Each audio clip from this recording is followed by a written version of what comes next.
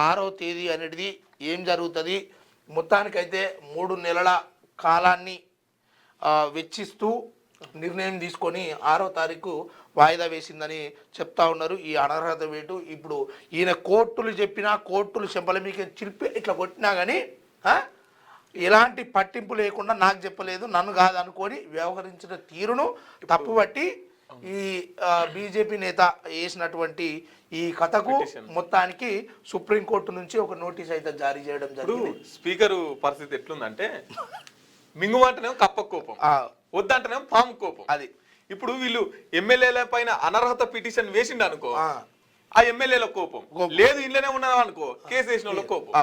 ఇప్పుడు మొత్తం మీద వాళ్ళ మీద చర్యలు తీసుకోకపోతే ఈయన మీద చర్యలు తీసుకుందాక వచ్చింది.